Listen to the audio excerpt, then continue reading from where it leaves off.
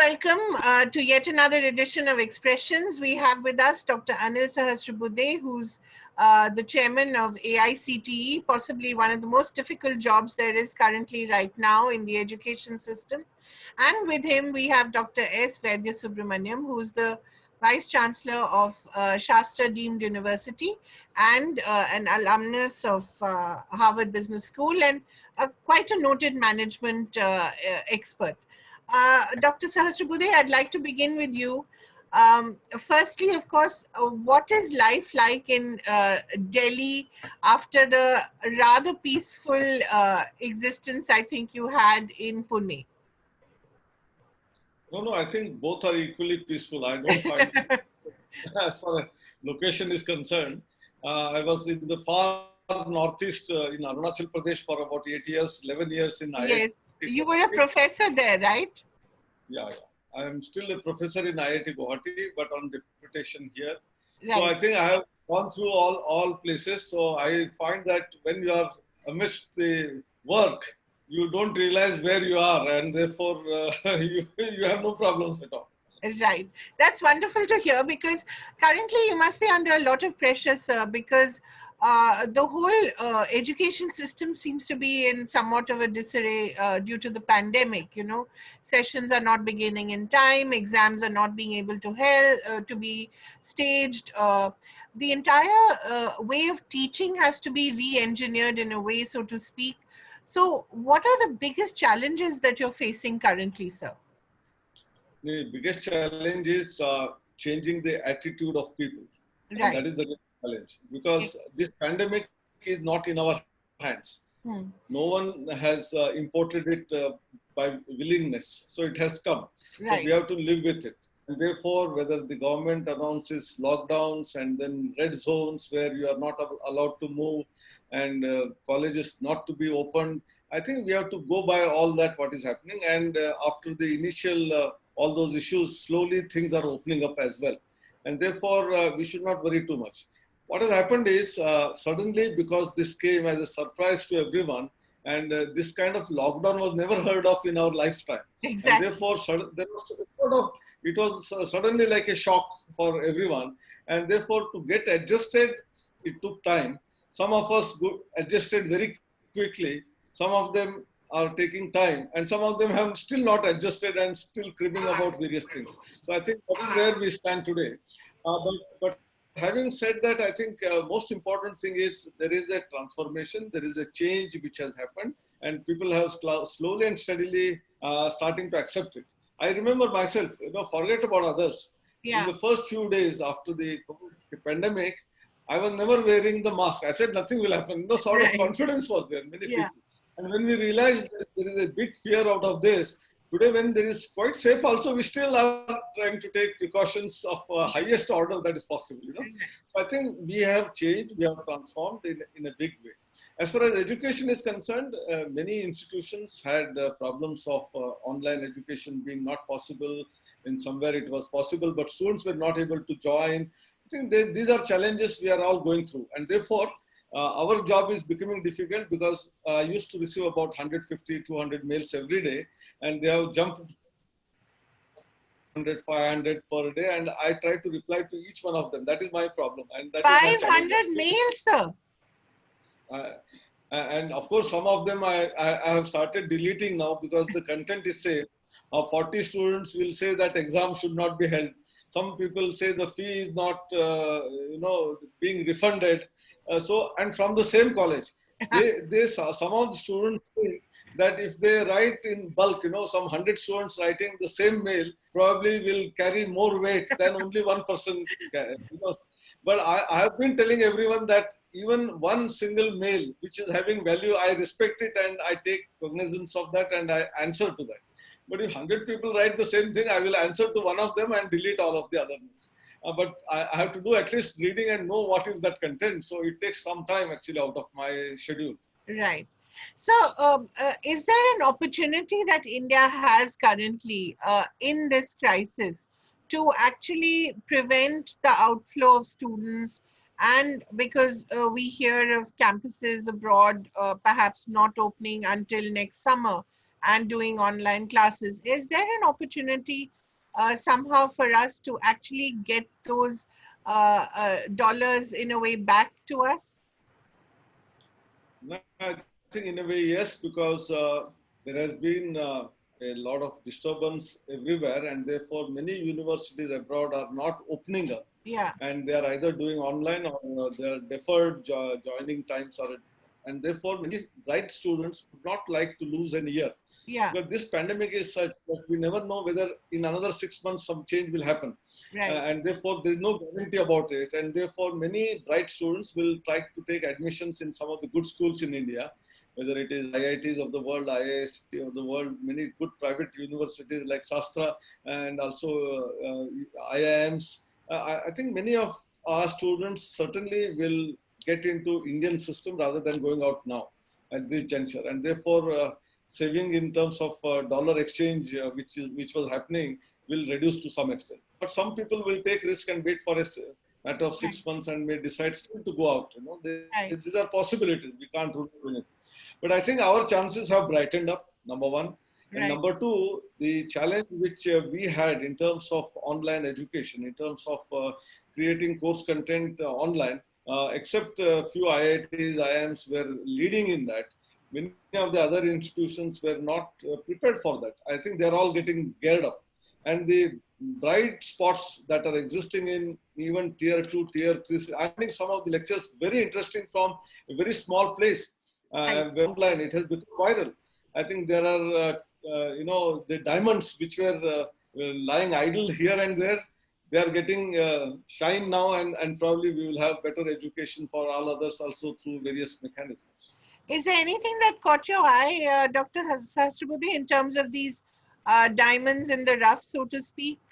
Some teachers who caught your eye and said something fantastic which you'd like to popularize? Yeah, we are doing that. Actually, in fact, what we have said is an open invitation for faculty that if they have good quality content and also their delivery is good, and the quality, the way and the quality is expressing, so that becomes a good quality lecture and good quality interested in that. People become Right, interested in that. right, I think we will more faculty doing this job. More faculty doing this job. Secondly, I think I should mention here that we all are dealing with all these courses in English, all these courses in English, the entire swim 2,500 courses. But now we have taken up a task of translating them in major 8 languages of India, and that's a very big change. The reason is many students in the formative years, when they join the college, they are not so confident in English. They would have studied till 10th, 11th, 12th in their own language, for example, Tamil, Marathi, Kannada, Bengali, and therefore they feel diffident actually at that point in time till they catch up. So some of these initial courses and the foundational courses, if they are available in multiple Indian languages, they will pick up faster, and then that will have a great value addition to our Swayam portal itself. Wonderful. So we could have a sort of Indian TED Talks, which is dedicated to some of these professors, perhaps. Yes, absolutely, absolutely. Great. Doctor, They could be, yeah, no, I think TED Talks is one part of it, but I said several things, maybe some kind of skill development, right, maybe communication. It may be even using of some tools actually. right, Many of these things are possible online, and many people are giving such kind of tools to us free of cost in this COVID time. Wow. And there is a lot of enriching which is happening. I was very much pleased that after opening up such a portal where 48 odd companies gave their products free of cost to AICTE to disseminate to all the colleges, within just 3 days, more than 1 crore hits were there, 10 million hits. And finally, the people, after investigating, at least about 10 lakh students are using these products. Of course, 49 products on an average, 10 lakh students are using. I think it's a phenomenal change which has happened. Right, right. Dr. Vaidya, may I ask you to step in here and talk a little about innovation, because that's something that Dr. Sahasrabudhe touched upon as well. So thank you very much for laying down the context. Now, in the dimension of innovation, in what is emerging to be a system of education where definitely there should be a calibrated response in the online space. How can we nurture this innovation in pedagogy? Because all the Swayam NPTEL content creation has been so far in creating a content and then access to the content. Now, how can we institutionalize this mechanism? Given the fact that the finance minister's announcement during the Atmanirbhar Bharat scheme, where 100 universities will now be empowered to give online degree programs, how as an institutional mechanism can we nurture this innovative pedagogy that can align well with the online education policy? So, Vaidya, you are also one of the university's vice chancellors. So, you know the pluses and minuses of that. So, while Madam Sitaraman in the budget speech mentioned about 100 universities being allowed, there was a caveat. She said that we should start with quality institutions, that is top ranked institutions.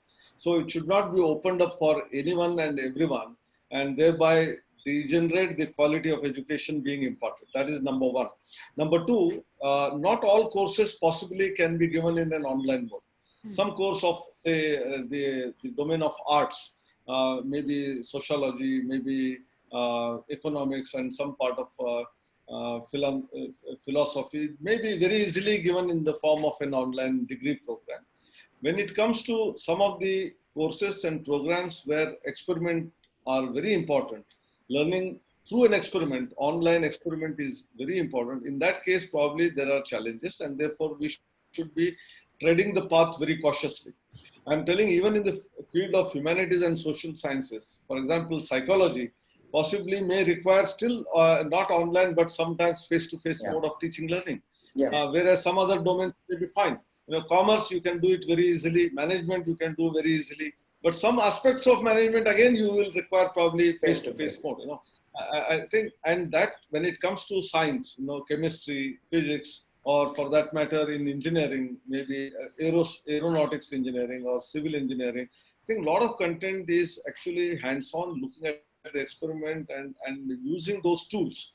And where such a thing is required, I think we must be very cautious. One good thing is, forget about online full-fledged degrees, but AICTE, UGC, MHRD is seized of the matter of increasing the number of credits to be earned through Swayam, that is MOOCs platform, from 20% to 40%. So that gradual increase in terms of percentage is also happening. And that will lead a way to full online degrees in the years to come. And even in those domains where we are today slightly restrictive, today slightly we are hesitant, I think they will also be overcome. But many times this question is asked that these experiments can never be done in an online mode.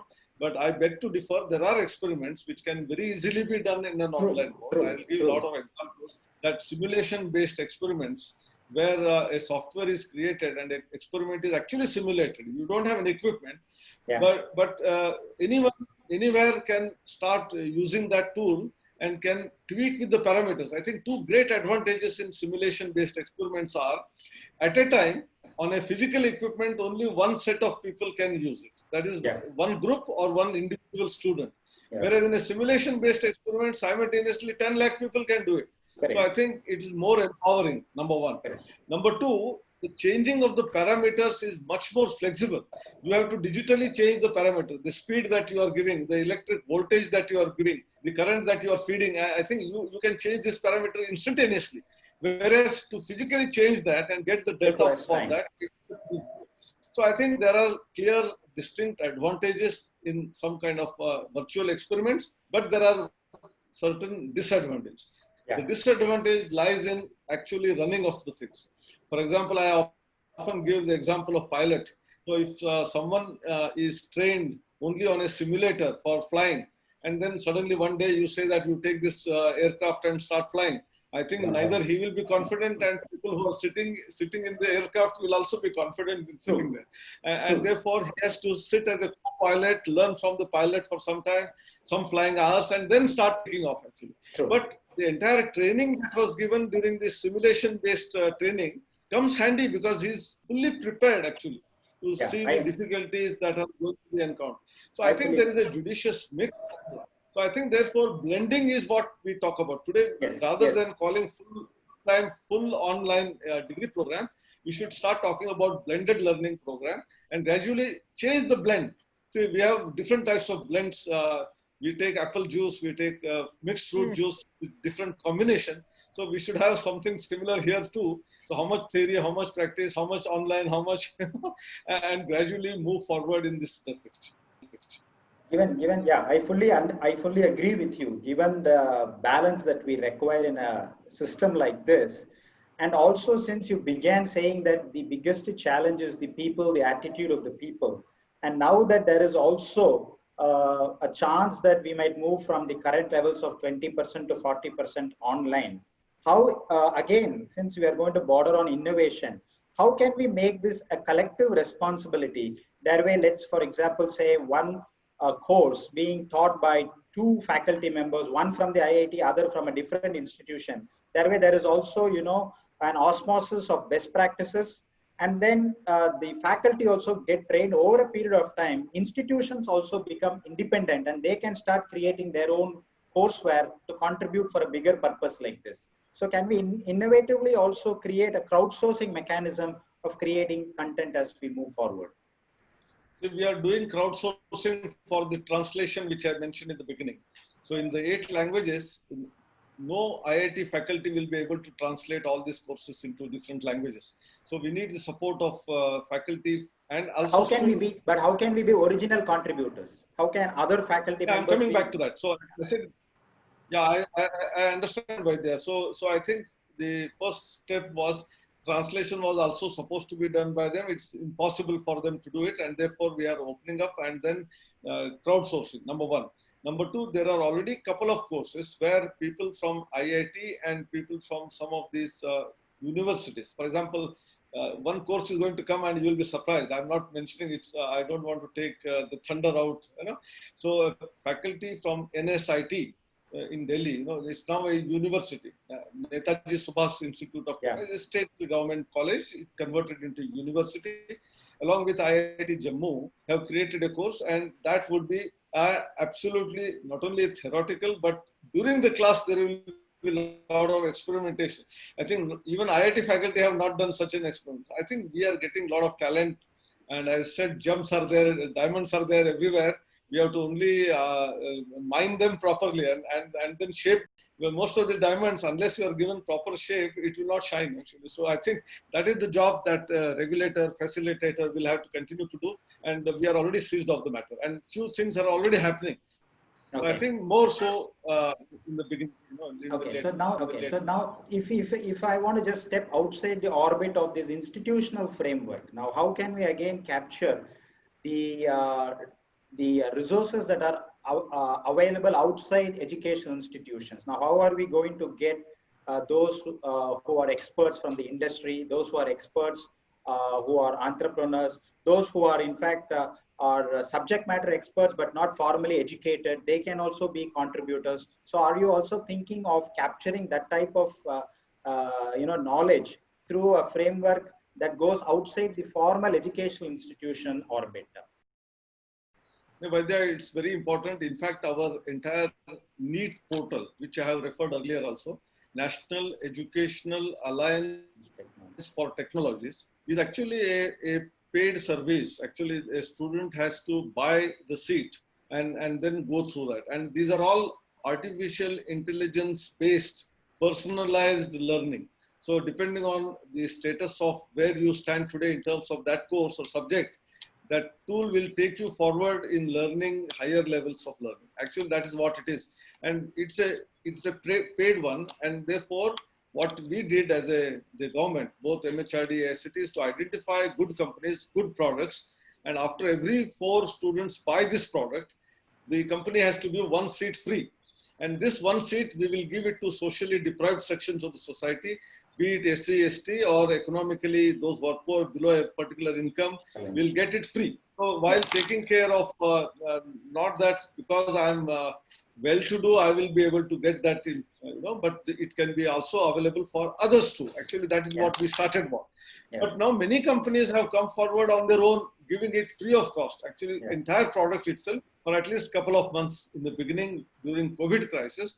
Some of them may continue beyond that as well. So I think that is one part. But the challenge really that exists, what you said is, we are certainly taking care of getting course material from many companies, including whether it is Google, whether it is Apple, whether it is Microsoft, whether it is Amazon. These are all possible, and we are already onboarding them into AICTE's lectures and all that.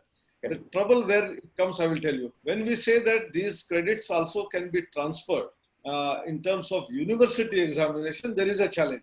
I think that model we will have to slowly build up. The reason is those universities, whether it is IITs or even a general university, they are part of the system. They are accountable to AICTE, UGC, and MHRD because they are formed by an act, or they are connected with us. And if a faculty is floating a course and commits that he is taking that forward for credit transfer, and suppose suddenly somewhere in between he leaves it, and we have a system in place that university will identify another faculty who can continue and complete that, and therefore student is not left in the lurch. Whereas in a private company, if a person gives a lecture and you credit that course, and after 2 months, many of them change the jobs. In fact, the attrition rate is very high in private companies than in educational institutions. I find 90% of the people continue to be there in the educational institution for quite some time. Attrition is very little, whereas in industry, turnaround is very high. So who will take care of the students? So we are responsible to students. And therefore, the lectures may be given by the industry people. Okay. Which is again a blended model, a mixed model, a hybrid model, which we will have to evolve. Okay. Now, this is insofar as creating the content is concerned. Now, if we just take the next logical step forward in terms of assessment. Now, one of the biggest challenges that we are facing in this online, and especially which is very current, is now students are also outsmarting the system. So they are also very intelligent. So when you want to conduct your assessments online, they know how to beat the system. So we'll have to be one step ahead of the student. So what type of challenges you foresee, and how do you think as a policy maker you will address these types of issues so that ethical compliance in assessment, when we are also talking about online, how can that be countered? How can we create an innovative framework so that we also have the entire whole 9 yards covered? It's not just content creation and access, but also complete with a very foolproof assessment methodology as well. Yeah, you rightly pointed out the evaluation or examination is one of the important components of the education system. And there are various ways by which people have adopted and started using it. One of them, in fact, I will go back, our all entrance examinations, by the way, in the last few years, have been all online in a way. Yeah. But they are proctored online. They are proctored online. See, the computer lab is hired by TCS, for example, and the actual examination is continuously taking place. Students are doing online only. But that, please. I'm just coming back to that. No, 1 minute, because you talked about entrance. I'm reminded of, I don't want to name a secretary who said those MCQ types, the student is trained to eliminate the wrong answers. So that's how the student training is for those. Do you agree with that? And how do you view that? I think that part will come when I talk about sometimes JEE. We always not select the right thing, but we eliminate the bad ones actually some way and then get out with some numbers. Anyway, that is a different matter altogether. But in the online examination, even though students are sitting side by side, the examination is first proctored in the entrance examination. There is an invigilator who is standing there actually looking at it. Secondly, the questions are not coming in the same sequence to all the students. They are same, say 100 questions are there in the question paper. The question number 1 for one will be question number 25 for another one, maybe question number 37 for the third candidate. And therefore, they come so randomly at a different pace that unless you have all the 100 at your disposal, you don't know the answers. And therefore, people have been able to use that. That is number one. But technology has evolved so much that, and the cost of the cameras which are associated with our PCs and laptops have fallen down so much that proctored examination by not individuals. In fact, individuals may fail.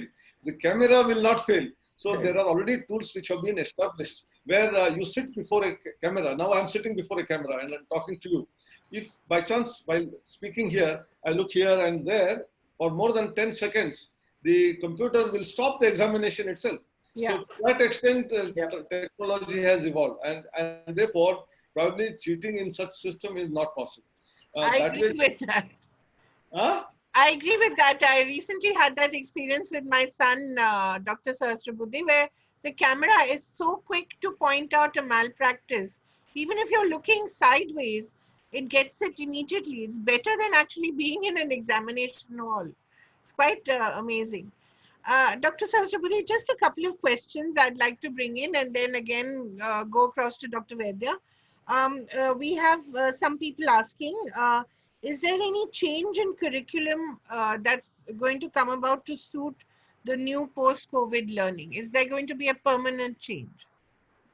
In the curriculum? Yes. See, the change in the curriculum is continuous process. So it is not just because of post-COVID. Right. Even otherwise, even if COVID had not occurred, yeah, if you remain with the same curriculum for decades, I think we are creating not good products, useless people actually. right. So I think therefore curriculum change was and now also is necessary change, which is a constant change. Right. And maybe the frequency may change with the program to program. Right. For example, I will tell you examples of computer science and electronics. Maybe every year you need to change many of the courses and content of that. Right. When it comes to, say, civil engineering and mechanical engineering, you may wait for about 2-3 years, doesn't matter. Right. When it comes to maybe arts and science and other things, maybe it may be a little more, but constant change in the curriculum is a foregone conclusion. If you don't do it, I think we are producing products which are not useful to society, not useful for industry, not useful for themselves as well. And therefore, I think post-COVID business you don't bring in. But the nature of teaching learning process can change in a big way. Right. I think that is what we need to discuss in terms of how we handle the flow of classes. So there's an additional associated question from Kalpana. Will classrooms also be different when colleges reopen? Yeah, they are likely to be different because if the social distancing norm announced by the government continues and the infection continues to spread, right. I think we may have to reduce the class strength, which used to be, say, about 50 or 60, down to half of that, 25 or 50, and they are segregated and placed in different benches. I think that we may have to do. If you do that, what will happen to the other students? Exactly. So we may have to develop different models and even more models than what I'm going to say. So we can say that some people who have access to internet will constantly be on online mode, and remaining who do not have access will come to class every day. And sometimes we sweep that and bring the other group outside and something like that. This is one model. Second model is why we all are constrained by the thought that learning takes place in the only classrooms. I think in the entire curriculum, whatever is the content, you cover some of that very important principles and ask students to do experiments on their own outside, learn by themselves. Life is all about lifelong learning. So why can't we start experimenting it right from the day one in the colleges itself? So I think this is another way of doing it. Third is you give teamwork. You let 5 students together identify challenging problems. In the process, they will learn many things. I'll give you a concrete example. In my previous stint at Pune, you referred earlier in the College of Engineering, Pune, I was there. And students came forward and said they would like to develop a nano satellite. And they neither have any laboratory to do with that and nothing was there. So the laboratory workshop was handed over to them. And they themselves on their own started learning, discussing amongst themselves and created a satellite with no help from any faculty, I'm telling you. I think that learning possibility we have ignored altogether. I think that is where the strength of our students and young generation lies. We must use that. Right.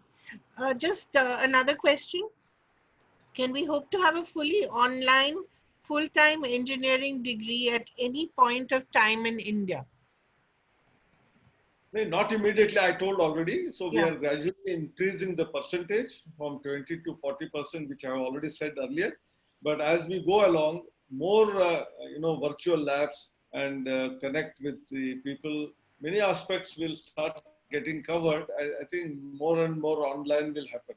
But I'm reflecting some other aspect other than just the content of the engineering curriculum. But Yeah. what about values, ethics, Yeah. sports, cultural activities, drama, dance, music, Right. painting? These are all finer aspects of life which you get in the campus. You Yeah. can't do it alone. By sitting in a room like this in front of a computer screen, you will be devoid of all these things. Right. And those human beings are absolutely absurd human beings, I'm telling you. So for developing holistic human beings, we need to come together, we need to interact with each other. Maybe because of present restrictions of COVID-19 times, we may bring lesser number of students at one time, but all of them should come by rotation to the institution. They must see the brick and mortar university and learn many things here. So, as it is, one of the criticisms of our engineering graduates is that they lack soft skills, the interface with the world and these particular aspects that you just mentioned. So, is there going to be some way that we can enhance that? Soft skills can be enhanced by a variety of ways. One of the ways is in a classroom itself. When we talk about blended learning or flipped classroom, you tell students that you watch a video of that particular topic and come prepared. Right. So now having come prepared, you ask students whether you have learned everything properly, you have understood everything. Right. Maybe there are three possible answers. People will say we have understood everything. Then if they have understood everything, pick up one guy and say that you explain to us now. So then he will start, fumbling sometime and then start communicating somehow. So secondly, if someone says he has not understood, you ask other says understood, you explain to him. So I think this is one way of doing it. Then outside, many activities. I think many soft skills are possible through variety of games actually. You take them outside the classroom, in the playground, in the open spaces, and then you can also ask them to create a play on the concept of the class that we have covered. I will tell you the first in, first out, and last in, first out systems in management. People can dramatize, and it will get embedded in the students' mind for lifelong. Actually, such concepts. True. Dr. Vaidya? Yeah. I fully agree. As Professor Sahasrabudhe was saying that, you don't have one model that fits all types of institutions. And as he rightly pointed out, there'll be more models that will come out autogeneously. Right. But from your last almost 3 months of experience of this lockdown and how the policymakers have responded, how institutions have responded, people, how they have responded, how they have improvised on the processes, what are the learning experiences as a policymaker? I mean, what do you feel? Have we done enough? Have institutions responded, based on your experience? Do you think it's adequate? Or are there any learning experiences from the response mechanisms that you have seen as a policymaker? I think institutions and students responded fairly, but of course, problems, and therefore they used to come to us and say that this is not possible, that is not possible. Those kind of mails were coming constantly to us, trying to address them. But nevertheless, at least a big change in the attitude of the people is visible actually, which was not there. It was a very slow process in educational institutions, although industry used to change very fast. So I think now educational institutions under education 4.0, like industry 4.0, are also beginning to change rapidly. And if you don't do it, you will become a dinosaur. So I think in the theory of evolution, if you don't change, I think you are left behind. I think that is also what is visible clearly in terms of that. So I have a mixed baggage. So therefore, policymakers looking at all of this is not totally changing immediately. We need to give enough spaces for all our people, because there's a lot of infrastructural development required, a lot of input in terms of finances is required, in terms of training of faculty is required in the new norm. And therefore, this should be a gradual process. If you suddenly do it, probably we will collapse. And therefore, this example of 20 to 40% of the credit transfer itself one concrete example going or moving forward in the policy direction. So definitely you think that this has created some policy catalysis. So this will catalyze as we move forward. So as an educational institution or as students in education institutions, what is one major big bang announcement you think we can expect? Yeah, there are many big bang announcements. For example, prior to COVID itself, one of the announcements which was made, very interesting one, was for providing internships in the various government bodies in terms of city and town and what we call as municipal bodies, So, and including up to smart cities.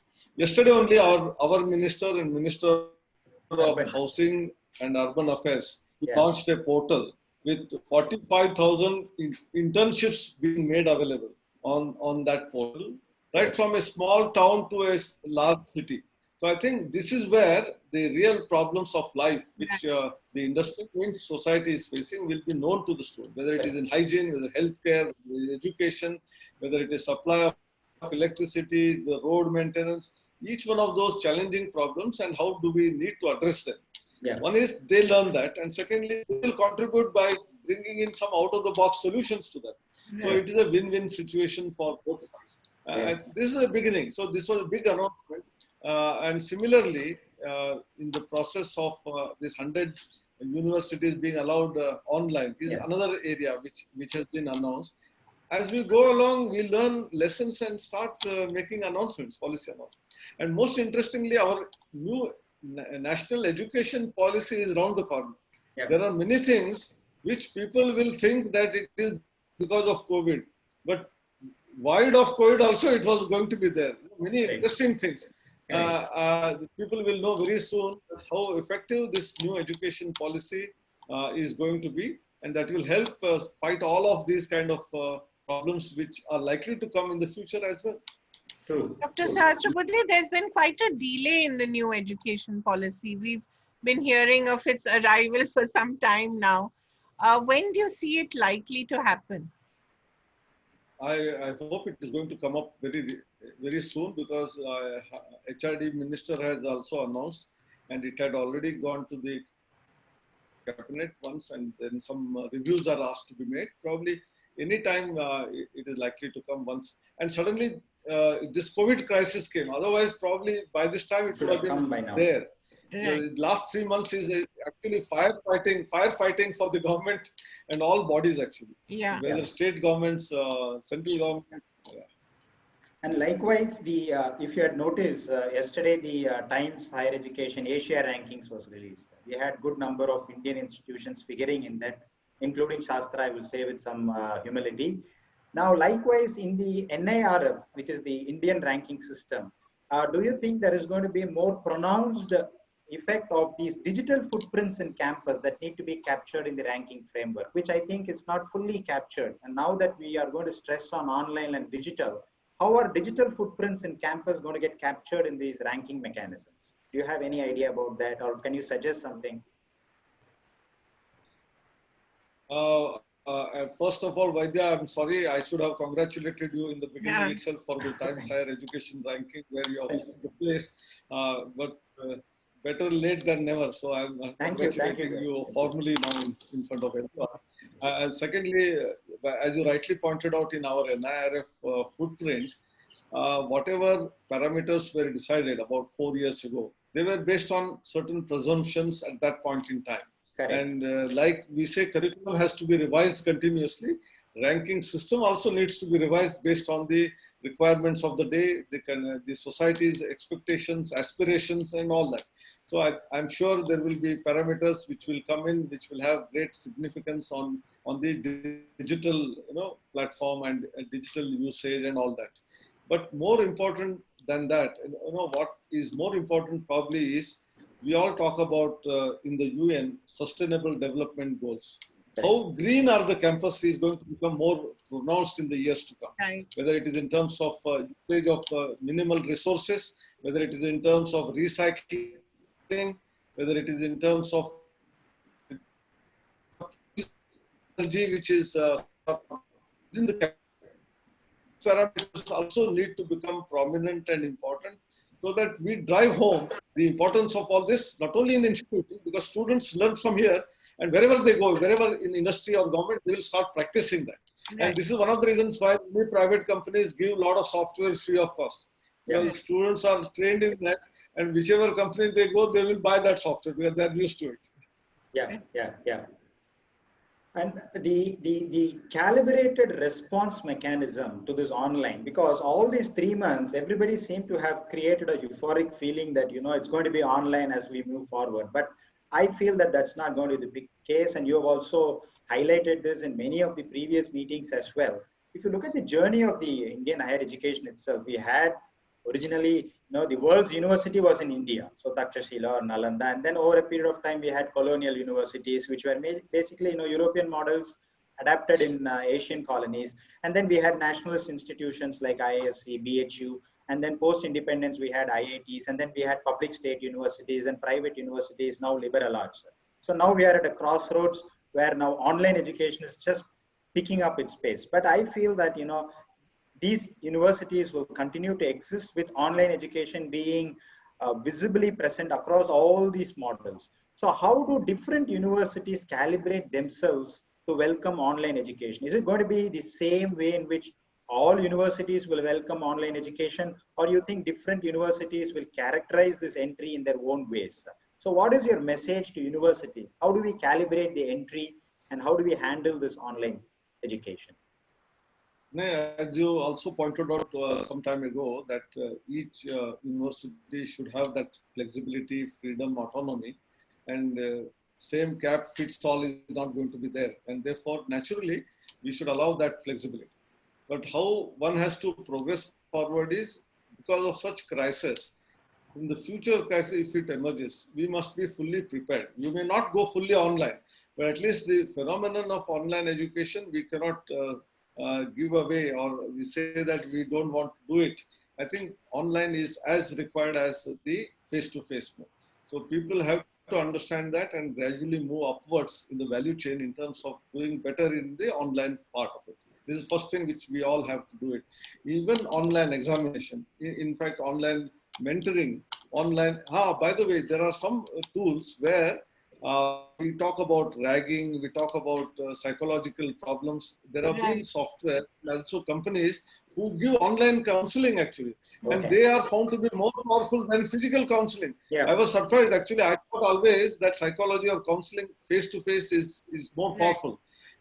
That veil which is there between the counselor and the counseling person. So that will help them in opening up faster in the online platform sometimes.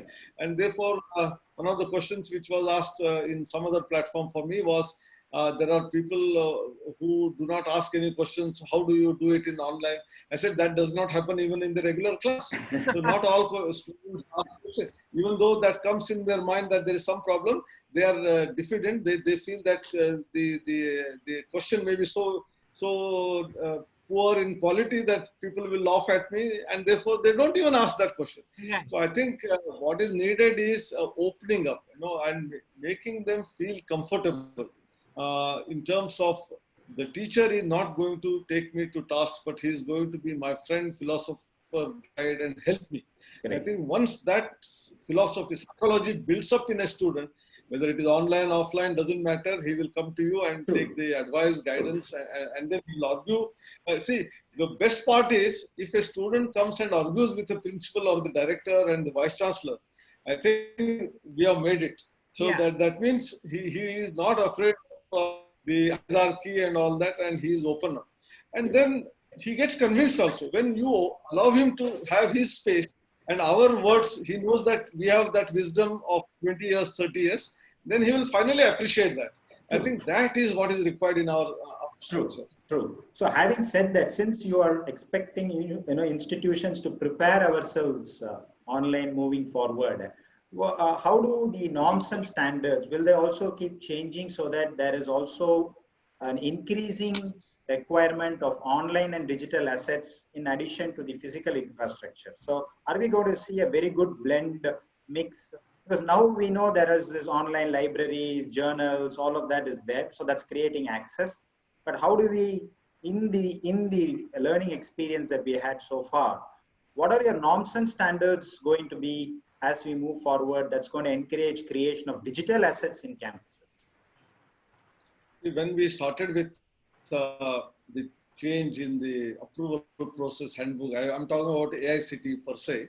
Yeah. Maybe UGC has to follow suit later, but in terms of physical infrastructure, in terms of number of classrooms, the number of laboratories, all of that is reduced. Sharing of facilities is allowed. Sharing of the library between two institutions, of the same group is allowed. Playground, canteen, and cycle stand. See, earlier we were expecting everything to be separate, as though the cycle being put here in this stand and that stand from a different college is going to create some big, hassle. So from that we have moved on, and today the importance on physical infrastructure is also necessary, and that is there, but it is getting reduced. While there is an emphasis on increased online in terms of library books, in terms of online journals, in terms of number of computers, in terms of the bandwidth. Most important thing today is Wi-Fi connectivity across the campus and a high bandwidth.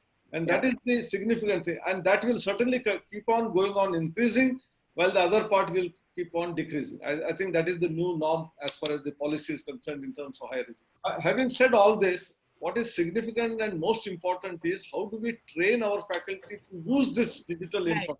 Correct. That students are well versed with most of these things. They are ready to use. But we have to prepare our faculty, and therefore faculty development programs in flipped learning or digital, or learning, we are bringing in a big way. At least we have held 50 odd workshops in the COVID times, and more than 2,000, 3,000, faculty wanted to appear. We sometimes restricted, sometimes they are 800, 500 in number in each workshop, and more than 15, 20,000 faculty are trained. I think this is way forward. This is how we have to go ahead. Yeah. Now that we see a lot of reverse migration in terms of the migrant laborers getting back to home state, so there's a lot of skills that's available. Now, as a policy maker, is there a way where we can formalize these skills? I'm talking about vocational education. Now, how do we vocationalize and formalize these skilled laborers who otherwise, are skilled but don't have a formal recognition mechanism? So, can we reach out to them? How do we vocationalize this? Diplomas and certificates, can it be further democratized so that institutions can go train them and then kind of empower them with certificates so that they also get a recognition for the skills that they have? And I think moving forward, there is going to be a demand for that. So how are you going to vocationalize and make sure it is democratized also? In fact, the feature of prior skill identification and evaluation does exist in the National Skill Qualification Framework, NSQF. Under NSQF, there is already the prior skill evaluation does exist. For example, I have stopped education at the level of class 5. And I had gone to a garage and learned how to repair an automobile. Okay. And I worked there for 20 years. I know a rich experience. Automobile engineer with a bachelor's and master's. If an automobile is given to him with some sound and noise coming, he will have to struggle to identify. Right. He will bring in some kind of noise measuring equipment. He will place it here, there. I'm a noise control engineer. That's why I'm taking my example. So I will go everywhere and then try to find out where the location of that sound is. But whereas that mechanic, he will say that I'll take a small round, 100 meters he will drive and he will bring it back, open something and says, it is here. Right. I think this skill set which an ordinary person with a limited education has, in terms of skill, he has graduated to a higher level. Exactly. I think how do we measure that and how do we evaluate that and give credits to that? And he may be found wanting in terms of general education, of speaking ability, writing ability, in terms of English, Hindi, Tamil, etc., which we need to give him also, so that he will be on par with the ITI qualified student. Because ITI is a formal qualification which exists.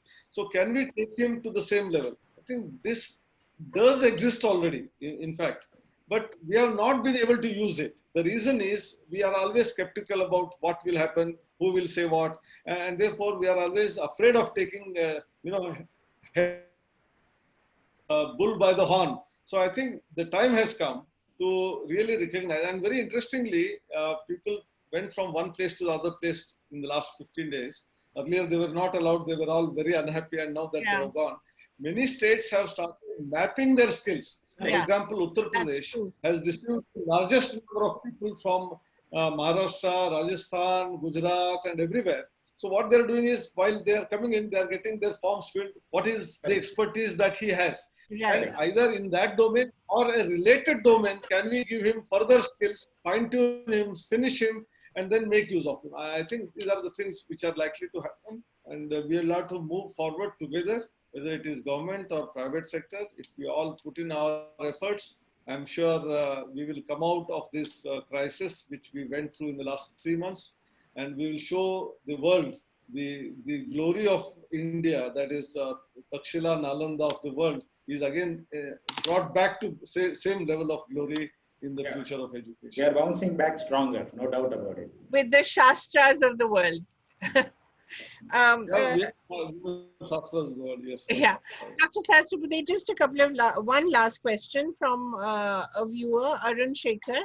Will there be a cap on fee hikes this year? Can colleges raise fees to stave off the loss of income during the lockdown months? Yeah, I think in the lockdown months, colleges have not suffered much. Right. It is only the students have suffered, and sometimes because institutions have not paid the salary, faculty have suffered. Right. I don't think any institution itself has suffered. You know, I'm very critical. I'm telling you, because this pandemic happened and close down happened in somewhere around in March 25. Yeah. And prior to that, the entire year has gone by. So all students who were supposed to pay the fees would have already paid the fees. Exactly. There could be always some exceptions. There may be exceptions of some 10, 20 students out of 10,000 students or 5,000 students who may not have paid fees, and which happens annually. It is not this year. Many poor students will ask for time for paying the fees. Sometimes they crib about it, cry, and institutions also waive them off. All this is a regular process in all educational institutions. So something that they have missed out is not correct.